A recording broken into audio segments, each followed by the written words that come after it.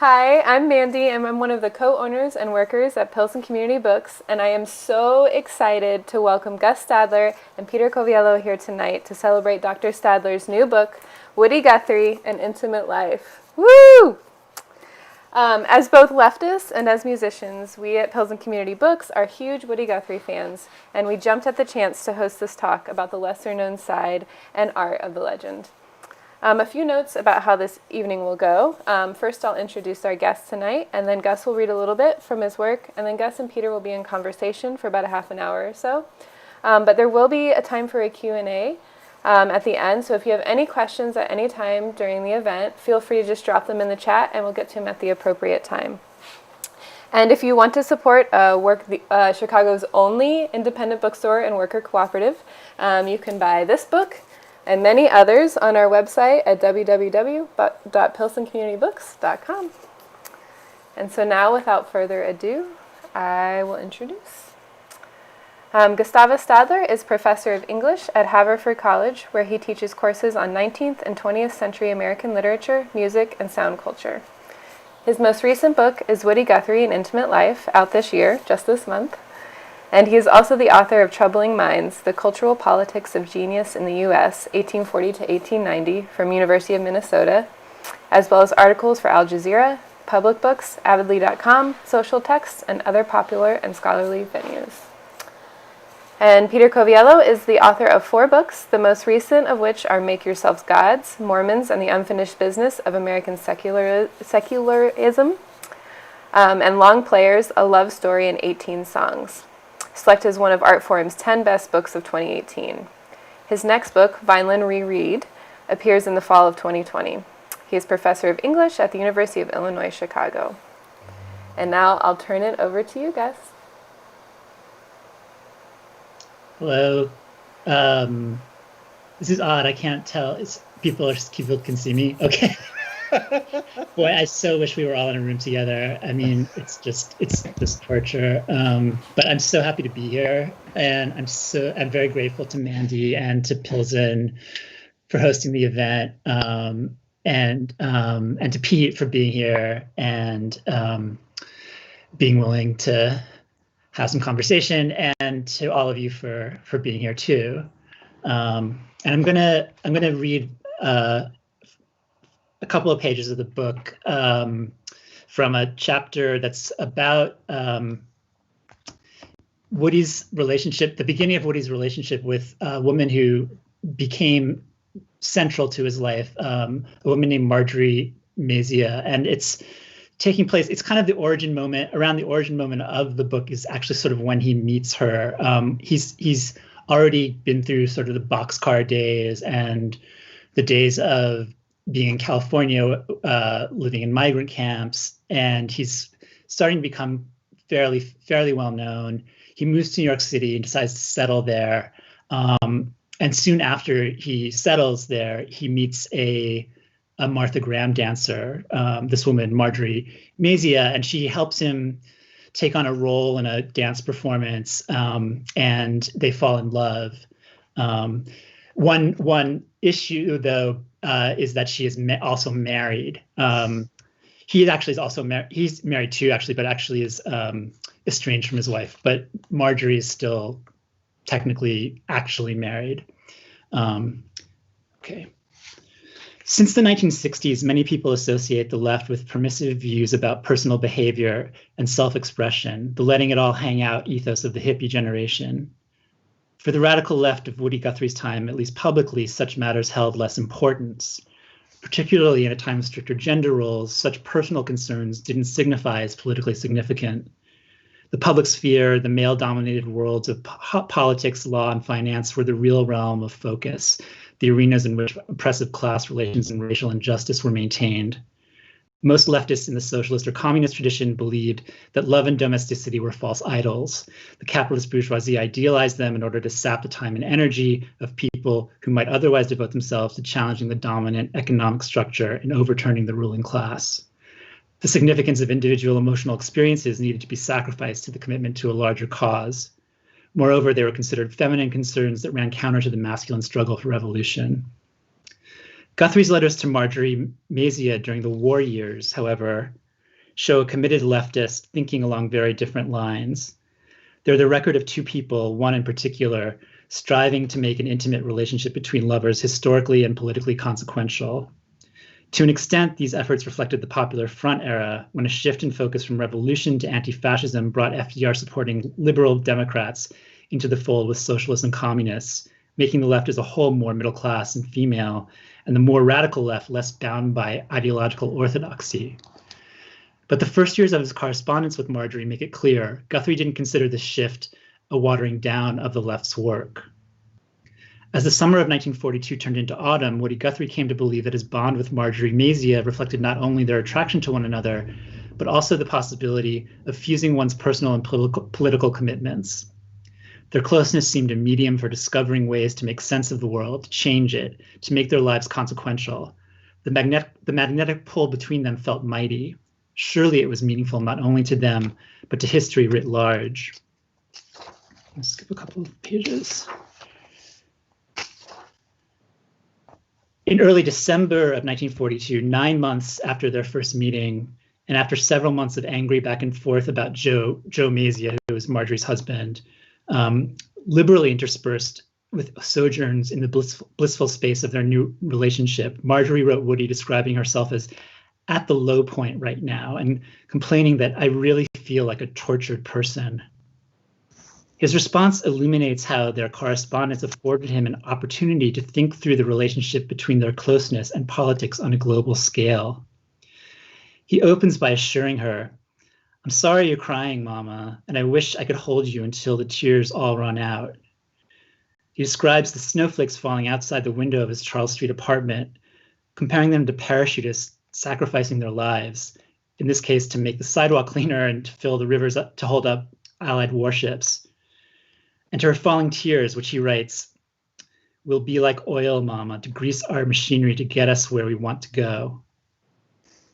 He then described his view of the war's purpose. This is a longer passage. "We're fighting this war to end slavery, thievery, and loneliness. And it's kind of like a big school where you go to learn sometimes about these three things and to feel them inside you, taste them in your mouth, and see how useless and bad they are. Whip them personally. And then when you get to where you can lick them every time you meet up with them, you soon get to be a soldier, showing other people how to see them, know them, destroy them too." The message to his beloved was this: your sadness allows you to feel what life under fascism, with its embrace of slavery and thievery, is like at the most visceral, sensual level. Phrases like feel them inside you, taste them in your mouth. Think of your loneliness as a kind of knowledge taught through mood and the senses. Knowing it will help you fight it. Her personal fight against it, indeed everyone's struggle with bad feelings, qualified as its own front in the war. If there's a single argument of sorts running through the letter and others from this period, it's this: the vulnerability to hurt and shame that intimacy produces, and both produces and solves, is not simply analogous to vulnerability to political power. It is the same vulnerability.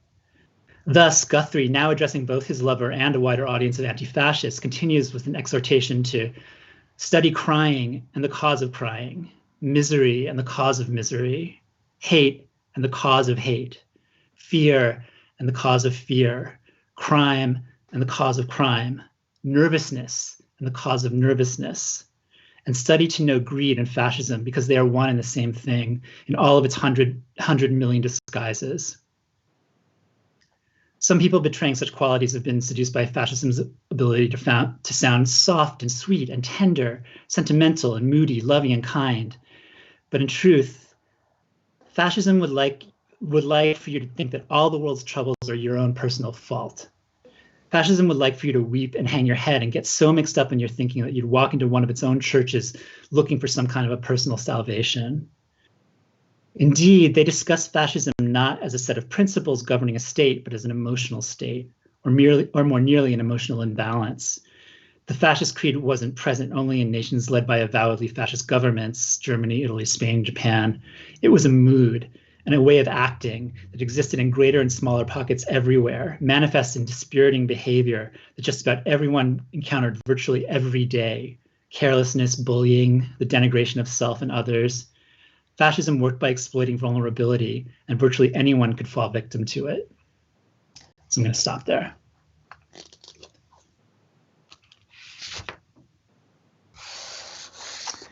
Gosh, now would be the time when the people in the audience would be applauding. So I applaud you on my own. Thank you for that.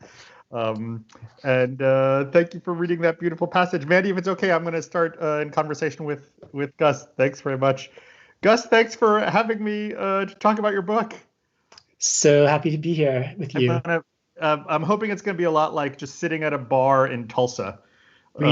Yeah, that seems ideal. That seems exactly right. Yeah. Something we have done. Yeah, it is a thing we have done. I'm very sorry that you can't be here with us in Chicago, because Chicago would be better for your company. Yeah.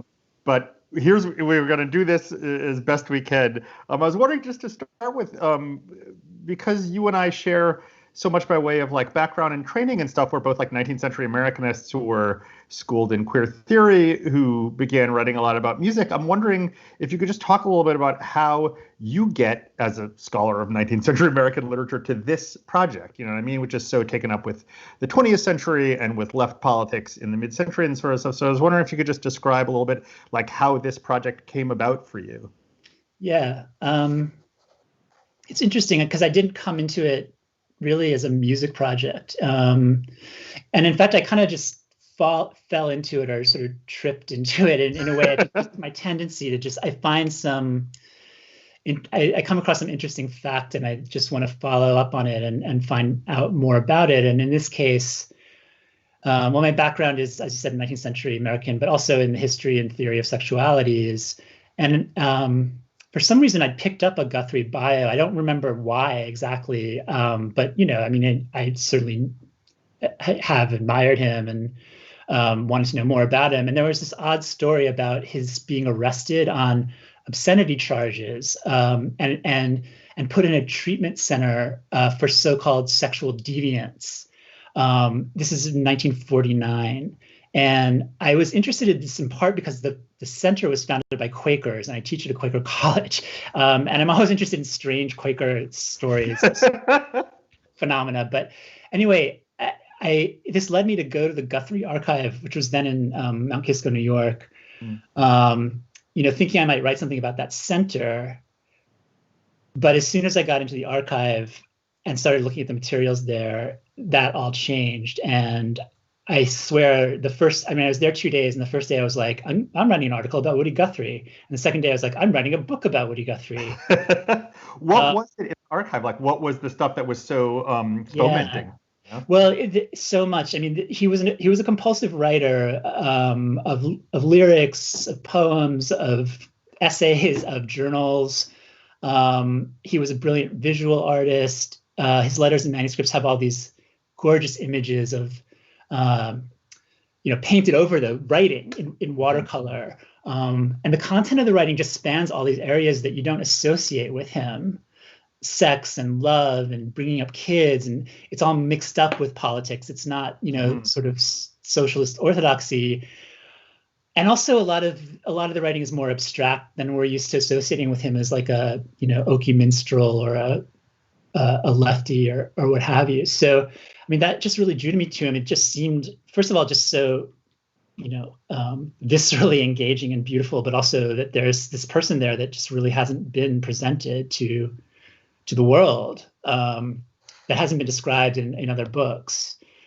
And that's basically where it took off from. I mean, then it became a kind of question of whether I was going to do an academic book or a trade book for a wider audience, and that it took me a long time to kind of negotiate that decision. But I think partly I ended up feeling like, partly because of the kind of material I was encountering, that I didn't really want to engage in that kind of like mastery of analysis and argument with the material, that I wanted to present it in a more, I don't know, like almost like reparative way, or just kind of bring out the texture of this side of this person.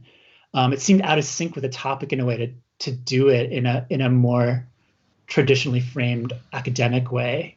Mm-hmm.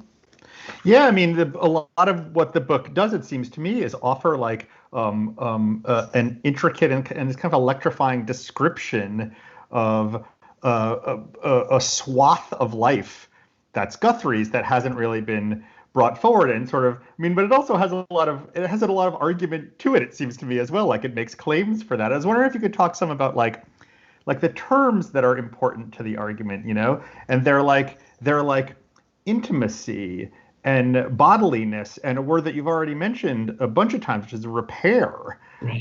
And I'm wondering if you could tell the people, as our friend Jose used to say to us, if you could show the people, Gus, just tell them a little bit about why those are the essential terms, or some of the essential terms for the argument you want to make about Guthrie's life. Yeah, it comes from a couple of different directions, and one is just really biographical. When you go back to his childhood, well, so I don't know. Obviously, I don't know what people know and don't know about Woody Guthrie, but he was his life was really severely limited by Huntington's disease. His life and his career, and which is a really devastating condition that affects people both physically and cognitively, and causes them to have kind of lose control of their bodies, and also causes dementia eventually. His mother had Huntington's. This is a genetically transmitted disease, and I was, reading his memoir and certain pieces of the published memoir that, didn't get into the final version, and you get this sense of just how traumatic it was for him as a child, a really young child, to watch his mother going through this awful condition. And, she would lose control of her body. She would make these strange movements. She was extremely moody. She would behave really erratically. She became this kind of, she became a kind of freak in the small town in Oklahoma where he grew up. And he loved her and she loved him, and they had a kind of special bond, and they would do things like go sit in the movie theater all day together, where she couldn't be seen. She couldn't be the object of people's gazes, and they would just like watch Charlie Chaplin movies all day. But her condition played a role in these two really awful incidents in his childhood involving fire, one in which his beloved older sister Clara burned to death, and one in which his father almost burned to death, which both, and the stories around them are very shady. He told really different stories about what had happened in each case over the course of his life, but something about his mother, Nora, was involved in their occurrence. And after the one with his father, she was taken to a state hospital, which at that point would have been called an insane asylum. Mm-hmm. But so much of his life was the response to these traumas, and I think I started to, I had sort of, been absorbed that material, and then having done that, it made me realize that part of the reason that he fell in love with Marjorie was really as a kind of his attraction was to her as an artist of the body. And, he writes about dancers and their persistence through all kinds of injuries and horrible things that happen in rehearsals and performances. And it's really hard not to see what brings him to her is that she's a kind of solve for these traumatic memories of his mother, and, a kind of repair of her, for her and for himself, or of himself through her, or something of that note. And I think that, those are the kind of fundamental ways that I think he's shaped so as to make care and intimacy and repair, really important topics, really important, I don't know, topic is too abstract, but really important concerns for his work more widely. Yeah, and I want to hold to that, or put a pin in that, because one of the questions that I want to ask you about is heterosexuality, basically, like the place of heterosexuality across the whole of the book. But before we do that, I would wonder if you'd talk about the sort of the other hand of the two-handed engine of Guthrie's career, which is his engagement with stuff like the Popular Front, which is so important to him, and in certain ways what gets him attached to Marjorie in the first place. And I do think, for people who haven't read it, one of the truly beautiful things about Gus's book is the way it brings these into symphonic orchestration together. The fact of his relation to a vigorous left that's transforming over the course of these years, with Guthrie's own concern with intimate life and bodiliness and repair. So I was wondering if you could talk a little bit about both the Popular Front itself and Guthrie's relation to it. Yeah, thank you. I think that's really important in regard to this question too. So in the mid to late 30s, as it started to look as though fascism could take over Europe, essentially, the Communist Party, the original call for this actually came from Moscow. Communist parties were called on to form alliances with other political groups that were anti-fascist. So in the US, this meant the Communist Party throwing in with the more left side of the Democratic Party, the really rabid New Dealers like Henry Wallace, as well as socialists and other left parties, and putting aside factionalism in this concerted effort to resist fascism.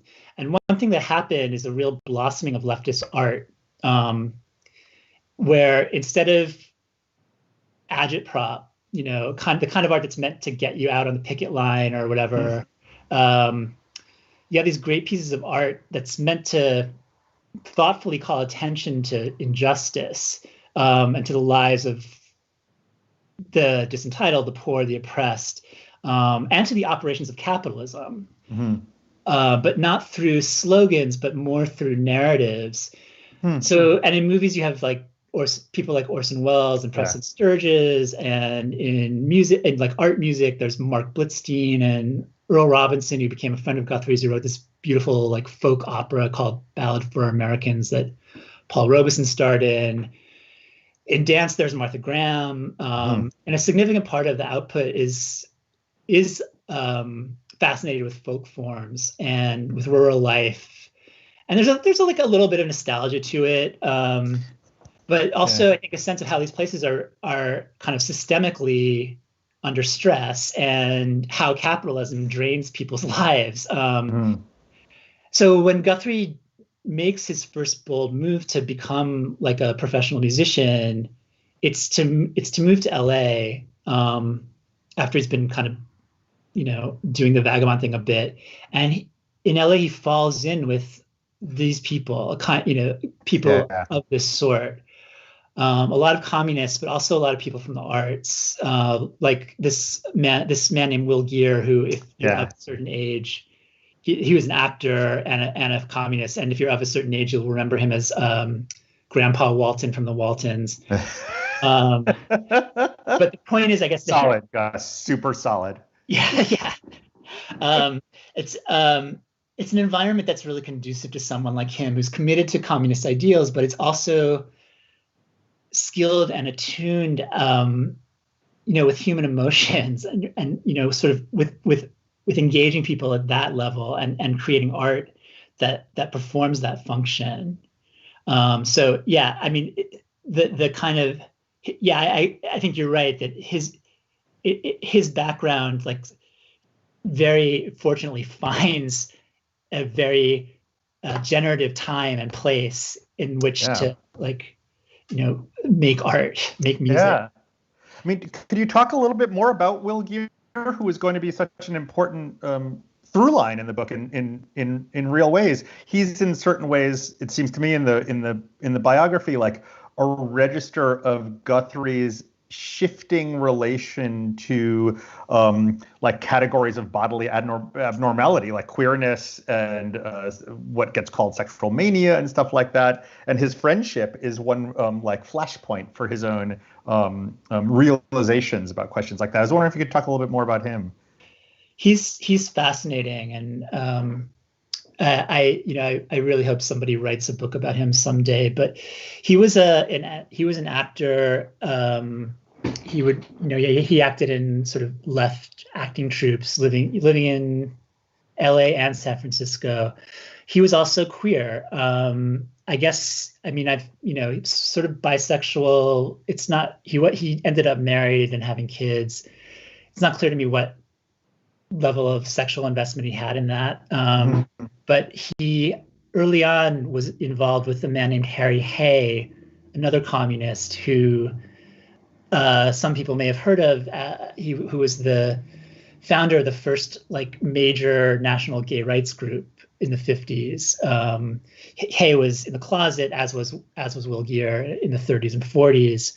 But it's interesting to see, in that instance, how a kind of leftism that's not usually associated with like gay liberation politics necessarily was a kind of seedbed for that to emerge. But Will Geer, stays by, like Marjorie, stays by Woody through all of the difficult years, and through his arrest on obscenity charges, and through all of the things that all of the various adversities that he faces as Huntington's is really taking over his life, and he ends up in hospitals. And it's never clear to me, I mean, these men are very, very close, and it's never clear to me. And this is an interesting thing about, I think, biography and intimacy, and the intimacy one establishes as a biographer too. Yeah. Because I've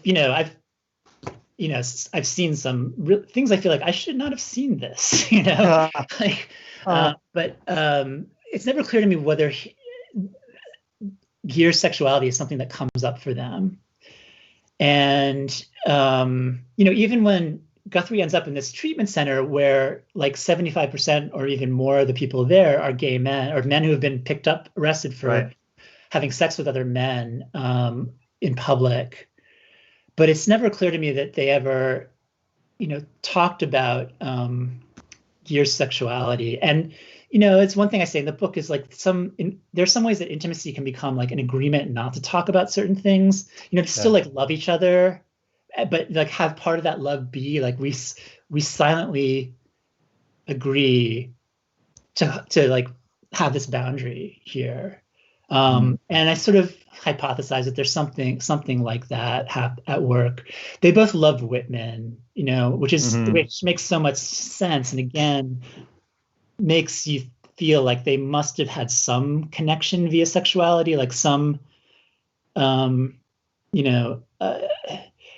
must have been something to say, there must have been the same thing at some level must have appealed to them about Whitman. Yeah. I do think it's just this kind of like boundarylessness and this celebration of the body that's not necessarily gendered and that sort of thing. I think is something you do see in some of Woody's writing too. Yeah. Well, Gus, that makes me want to ask. I mean, one of the things, of course, is the transformation of the left as not only as a political faction, but as an artistic project with varied ambitions. Yeah. And over that transformation too is overlain part of what you've already just beautifully described, which is Guthries' marriage. And it seems to me that one of the things that comes up in the book is like we've talked about this a little bit, like heterosexuality is both this like horizon of repair for Guthrie, certainly, and also this scene of tremendous undoing and immiseration in lots of ways. And I was wondering if you could talk about both that version, like the version of heterosexuality that comes out in the book as a potential repair, but also how that tracks across the transformation of politics that Guthrie finds himself involved in the 40s coming into the 50s. heterosexuality as a backdrop here, it's really compelling.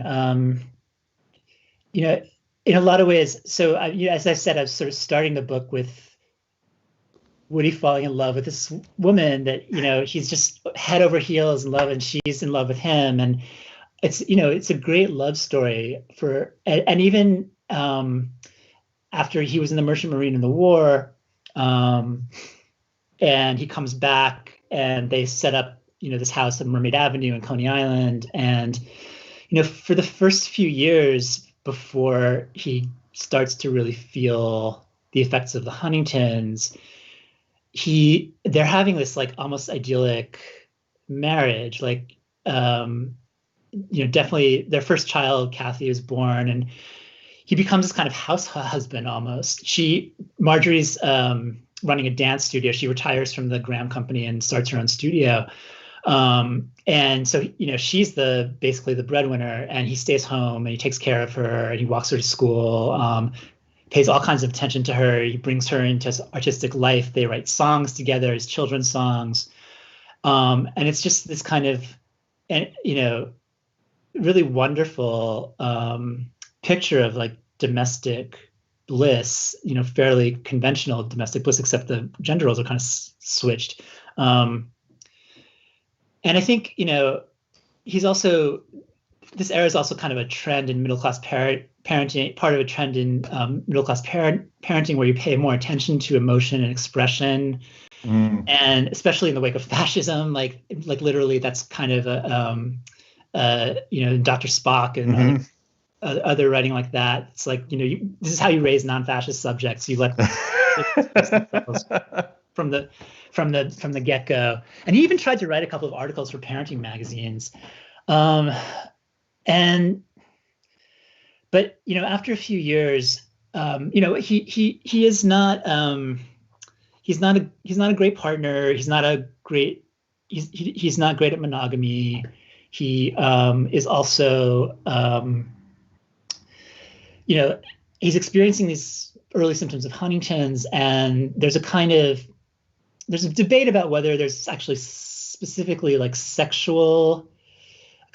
accelerated sexual drive from it. Some people do believe that's true. I think it's more agreed that there's a kind of more kind of a loss of inhibition. And he starts to write these kind of erotic letters to women. Sometimes he sends them, sometimes he doesn't. That's how he gets in trouble that's how he gets in trouble with the law, actually, for sending obscene materials through the mail.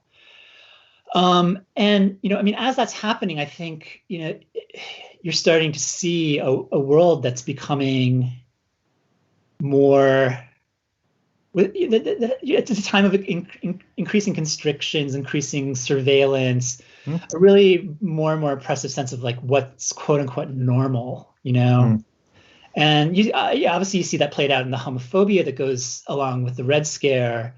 Rooting out communists in the government is just, also linked to rooting out gays who are vulnerable to blackmail or that whole thing.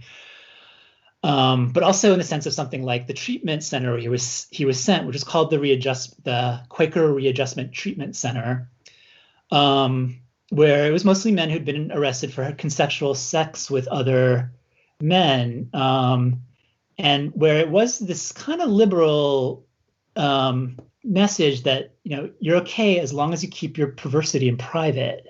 It was that was basically what the therapy was about. And so it's like this seemingly liberal but very passive aggressive approach that really reinforces what's normal and what's abnormal, even if it's helping keep people from being put in prison for consensual sex acts, which is undeniably good. It's sort of also weirdly reinforcing a sense of the norm. It's and I think, am I going on for too long? No, dude, you're just fine. No. It's interesting to think about norms and sort of like and the arc of his career, because earlier in his career, he was really impacted in some subtle and less subtle ways by like a different sort of theory of the normal, which eugenics. The idealization of like certain genetic qualities, that made people fit and deserving of life's opportunities, and qualities that they had for genetic reasons. And in a way, I feel like there's this transition from like this one regime of the normal to another regime of the normal.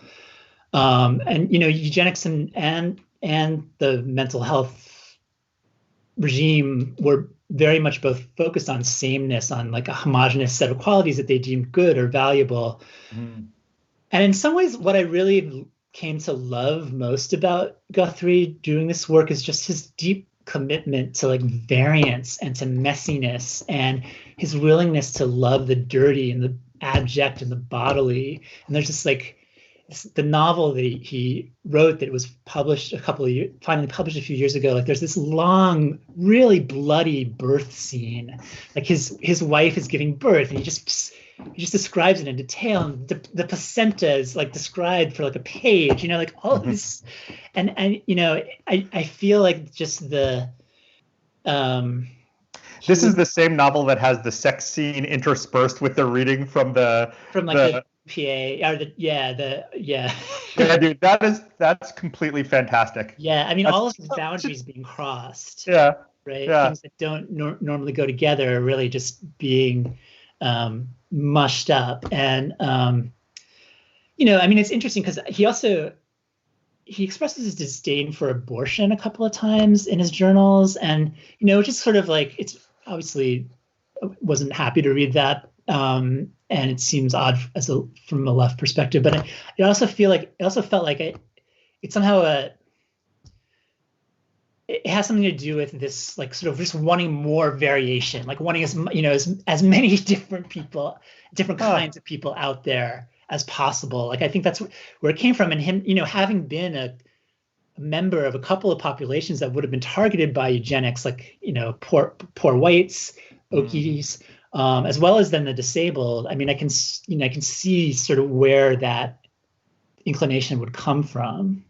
Yeah, I mean, I'll ask you just one more question, then we'll let other people talk. But I wonder if you could talk in that vein about the thing that I think you try to track in the book, which is that Guthrie is a barometer of certain kinds of movements from the old to the new left. And he also helps us retell those stories in less constricted ways, in ways that are not like declension narratives, nor neither heroic and at last the new left came stories, but like a thicker story of historical transformation that Guthrie, with his concentration on intimacy repair and like loneliness as a horizon of political harm, help bring into focus. And I wonder if you could just talk just a little bit about that, because I find that a very moving part of the book.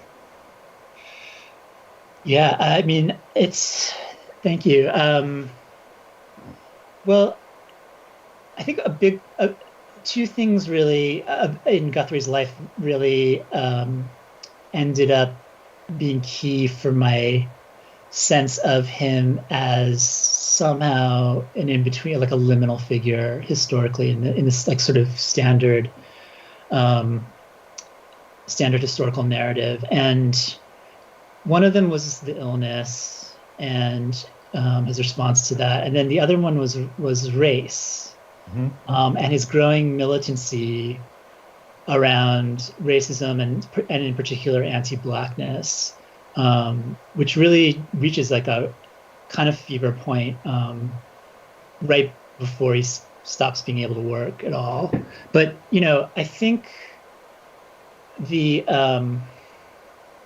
my sense that it's really hard to talk about Huntington's, and it's especially hard to talk about the aspect of it that's neurological or cognitive, because of course you don't want to romanticize it.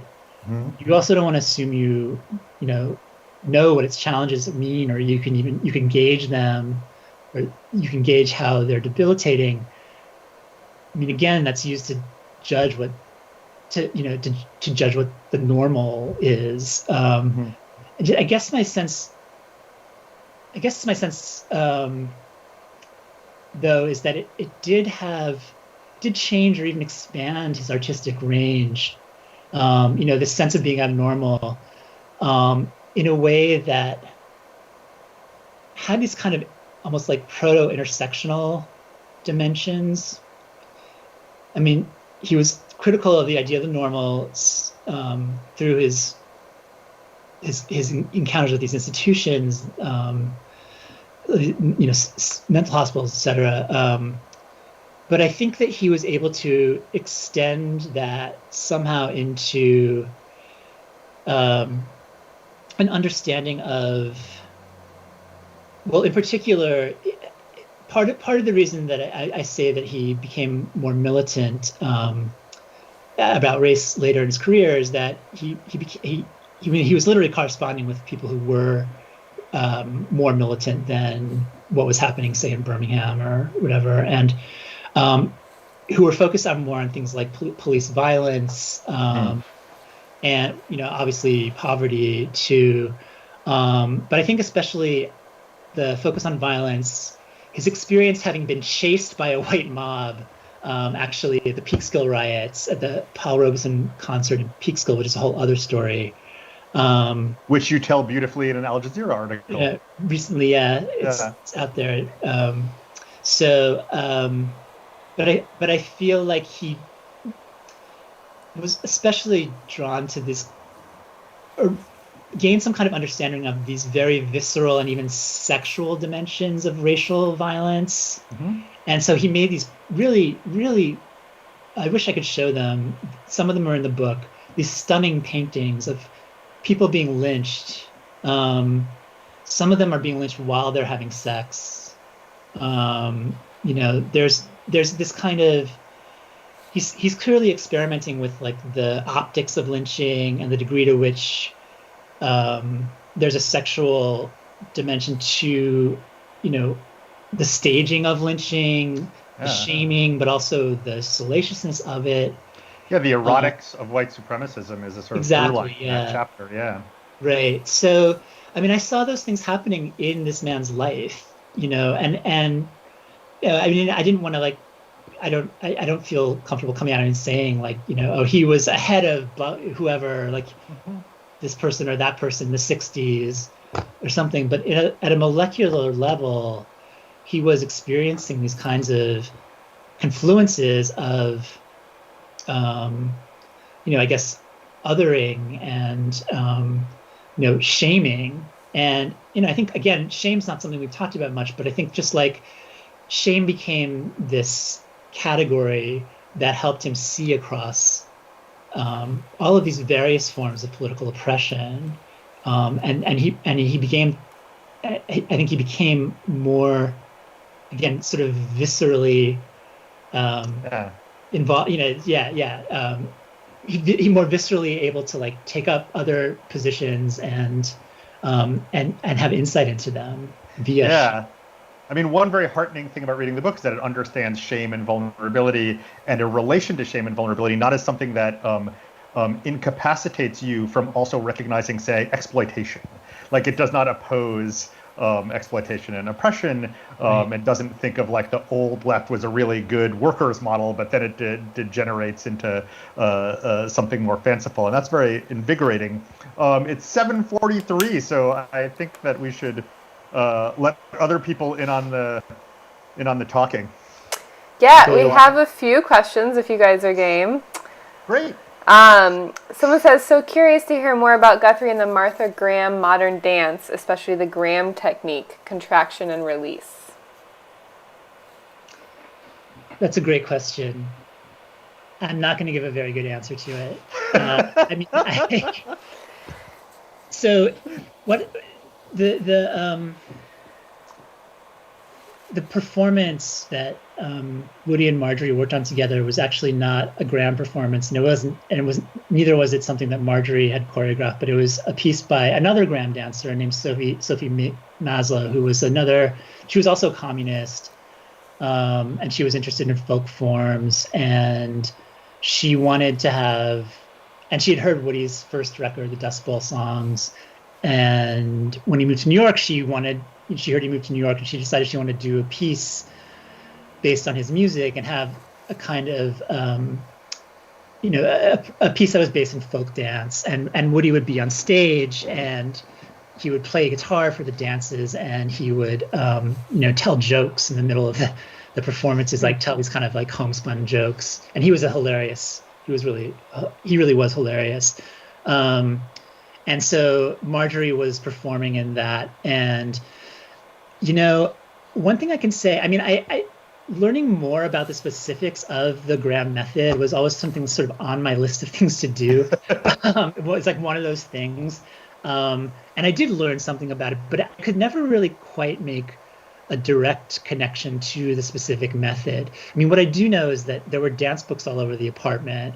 There were books about, they're like sort of politically inflected books about dance and independence and dance and, self-discovery. And so, I think something at that more kind of general level was really what was connecting with Woody around the body, and just like, the possibility of realizing yourself via the body. It was just something all around him once he brought Marjorie into his world.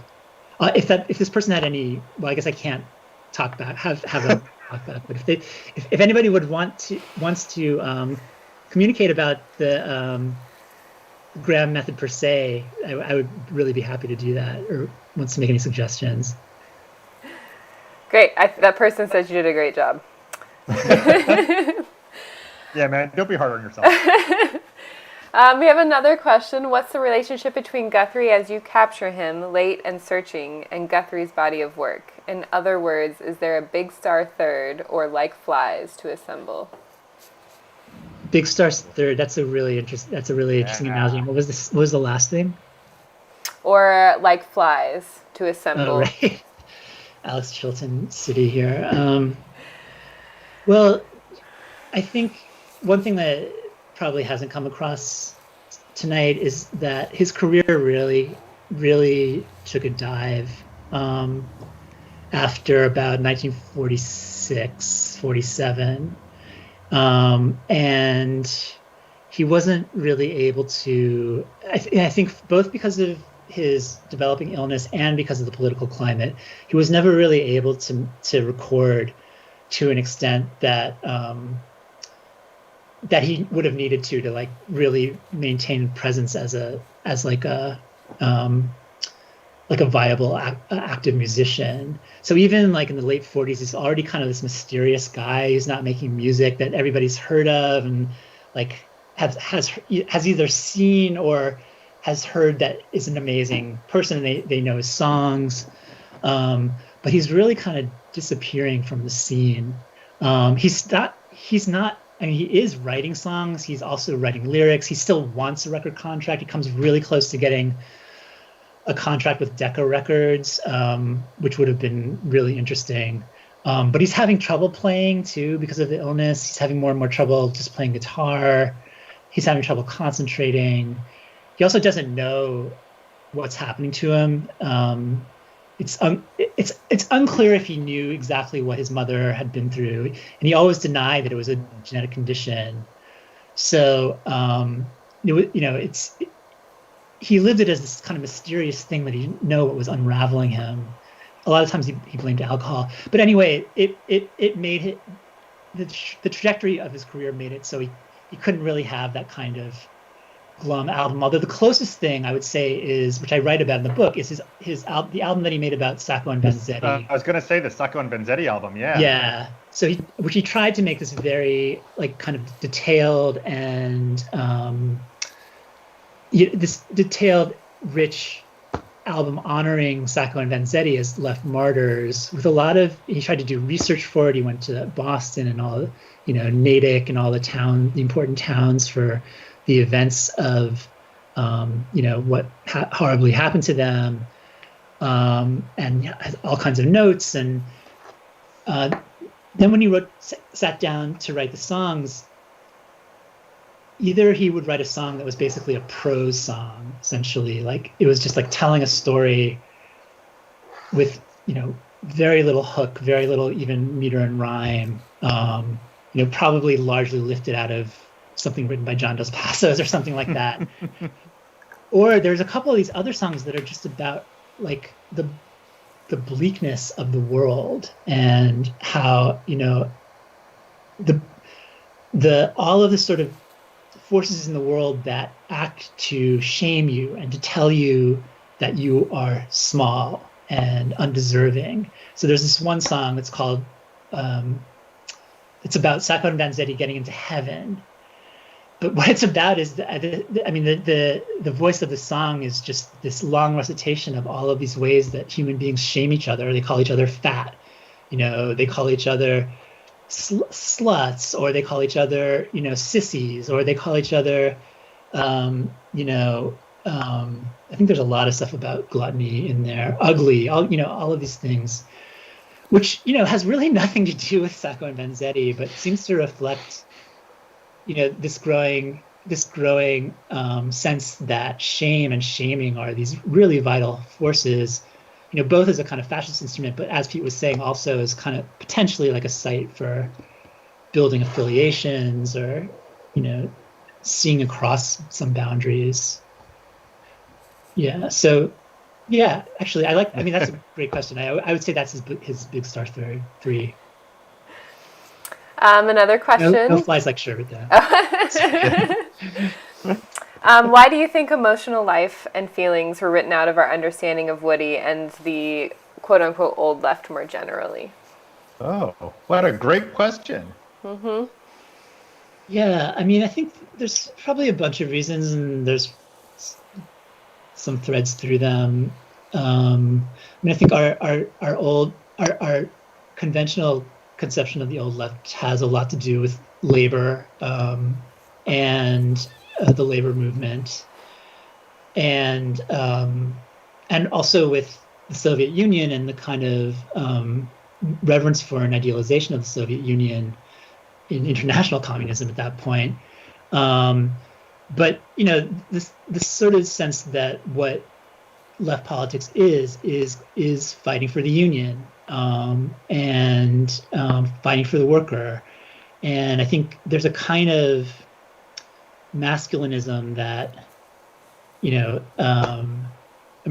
comes out of that, or that's sort of hard to avoid with that. And I think one reason that Woody kind of gets famous or becomes an important person for that version of the left is because he can be fit into this really already quite traditional American masculine role of like, he's the common man, he's traveling around fighting for the worker.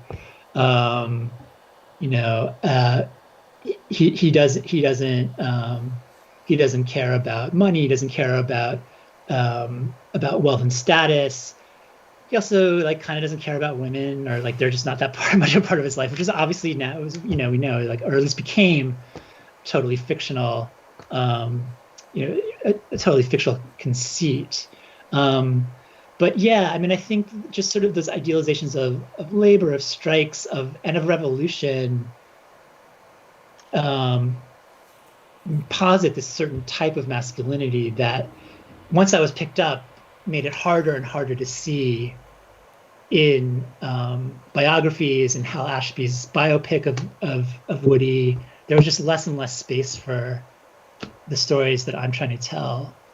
Guss is and one of the things I find really just tremendously winning about the book, especially a person who's like a person in a union, is that anybody who's been on strike will tell you so much of being on strike is the feeling of intimate reparative work that you're doing with your comrades, that you're striving for dignity for one another. And it's the questions are involved are of course abstract and economic, but the practices involved in fomenting solidarities everything to do with just the things you described, like intimacy, bodiliness, and repair, and a struggle against shame. And that's a truly valuable thing about your book, is a way of seeing Guthrie as someone who sort of undoes that hyper-masculinist, hyper-abstracted version of union life, which anybody in the union will tell you isn't actually what it's like at all. Right. And I mean, and I think a lot of the reason that one story started to get told, it wasn't because of the labor movement or the left. It was because of, American myth and Totally. and mythological literary criticism, and that sort of, I mean, the way he fits with he can be made to fit with Huck Finn, or totally, Ahab or Natty Bumppo or whatever. Like he fits that mold, which is a depoliticizing mold. Yeah. So that's awesome. You lose all of exactly what you're talking about, that granular sense of political praxis, which, damn, he definitely felt that. Yeah. What do you think, Mandy? We have more? I think, we can probably end on this question. It might be a good place to stop. What do you think that Woody Guthrie would have to say to the young leftist of today? Oh, man. Bring it, Gus. Bring it. Soapbox. It's a funny question, because I feel like the answer to these kinds of hypotheticals are always just like a projection of whoever's speaking, Perfect for your book event. So I'm just going to project away. Wait, what was the phrasing exactly? What do you think Woody Guthrie would have to say to young leftists today, if he were around still? Somebody asked me the other day, do you think Woody would vote for Joe Biden? What a depressing question, man. Okay. So I think I'm going to try to answer the question via that. And my answer to that is no. He was not a liberal.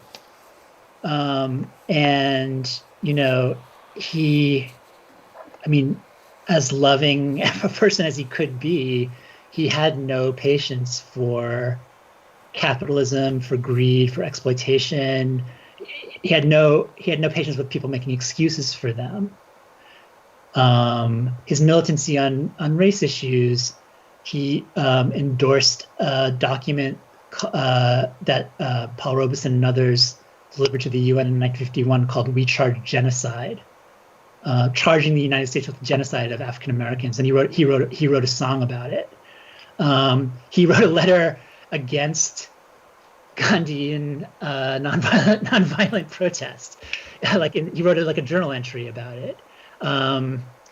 He was a militant, and I think that's how I see him. That's how I think we should see him. He is Antifa. He was and he is, and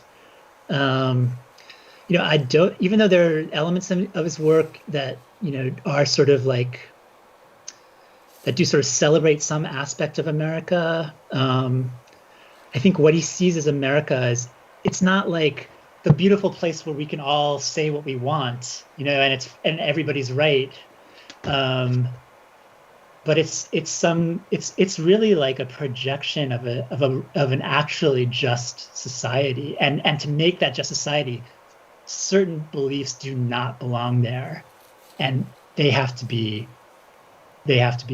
gotten rid of by one method or another. So that's true to what you read in his archive. That if you read his archive, that's the impression you get. I guess you could say but if he went through the 60s and blah, blah, blah, or he would, or all of these, he would become like a boomer or whatever. He would, I don't know. I feel like, or maybe some would argue, but wouldn't he be tactical enough to know that you need to vote for Biden, or whatever? Maybe, I don't know. Who knows? I mean, I know all kinds of far leftists who are voting for Biden, myself included, but that's not what's important. What's important is that he was a radical, and he really was a radical. Oh, this was such a lovely discussion. No better place to end. True. Well, thank you both for joining us tonight. Yeah, hold up that book again. Thank you. For people out there, I can tell you that this is a very, very beautiful book by a person who can teach you a lot both about politics and intimate life. And I am there. I am living proof of that fact. Great. Such a kind thing to say. Well, yeah, thanks everybody for coming out. I really wish I could see you. I'm waving. I am seeing you in my mind. I don't know who you are. I know who some of you are maybe, but Chicago misses you, man. Yeah, I miss it too. There's lots of applause in the chat, just so you know. Okay. People are typing applause, so there's no like no. I know there's one person who's like no thumbs down, only thumbs up. Well, thanks for joining us this evening, and if you want to purchase the book, you can purchase it on the website pilsoncommunitybooks.com or through Beacon. I encourage you to go to either of those places. It really is a wonderful book, and it's a beautiful physical object as well. So thanks for joining us. Thanks, Chuck. Yeah, and we'll see you next time. Thank you so much. Bye. Thanks.